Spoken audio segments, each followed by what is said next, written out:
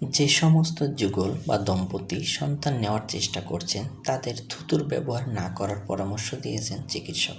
তিনি বলেন, সহবাসের সময় অনেকে যোনিপথ পিচ্ছিল করার জন্য থুতু ব্যবহার করেন, কিন্তু তা শুক্রাণু চলাচলের ক্ষমতা কমিয়ে দেয়। আমেরিকার একটি গবেষণা সংস্থায় উঠে এসেছে সন্তান নেওয়ার জন্য সপ্তাহে কতবার সহবাস করা উপযুক্ত। এই বিষয়ে চিকিৎসক জানান, গবেষণায় দেখা দিয়েছে প্রতিদিন সহবাস করলে সন্তান ধারণের সম্ভাবনা থাকে 37%। যে সমস্ত যুগলরা সন্তান ধারণের চেষ্টা করেছেন তারা যদি একদিন পরপর সহবাস করেন সেক্ষেত্রে গর্ভবতী হওয়ার সম্ভাবনা থাকে 33%, কিন্তু সপ্তাহে মাত্র একদিন সহবাস করলে সেই সম্ভাবনা নেমে আসে 15%। একই সঙ্গে যে সমস্ত মহিলারা সন্তান নেওয়ার কথা ভাবছেন তাদের পুষ্টিকর খাবার খাওয়ার কথা বলেন। এক্ষেত্রে ফলিক অ্যাসিড সমৃদ্ধ খাওয়ার কথা উল্লেখ করেন তিনি।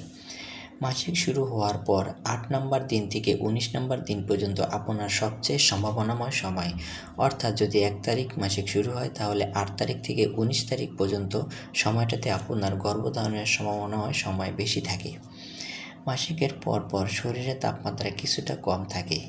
ডিম্বাশয় থেকে ডিম্বাণু বের হওয়ার পরে, অর্থাৎ যখন ডিমটা ফাটে তখন একজন নারীর শরীরে তাপমাত্রা খানিকটা বেড়ে যায়। না মাপলে এই পরিবর্তন সাধারণত বোঝা যায় না, কারণ এটি খুবই সামান্য, 0.2 ডিগ্রি সেলসিয়াস বা 0.4 ডিগ্রি ফারেনহাইটের মতো। কিন্তু আপনি প্রতিদিন শরীরে তাপমাত্রা মাপতে থাকলে কখন এটি বেড়ে গেল সেটা আপনি ধরতে পারবেন।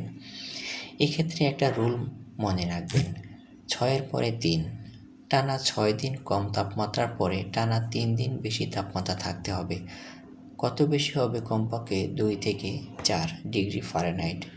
একদিন তাপমাত্রা এসে সেটা আবার চলে গেলে তা হবে না। বিভিন্ন কারণে তাপমাত্রা হঠাৎ বেড়ে যেতে পারে।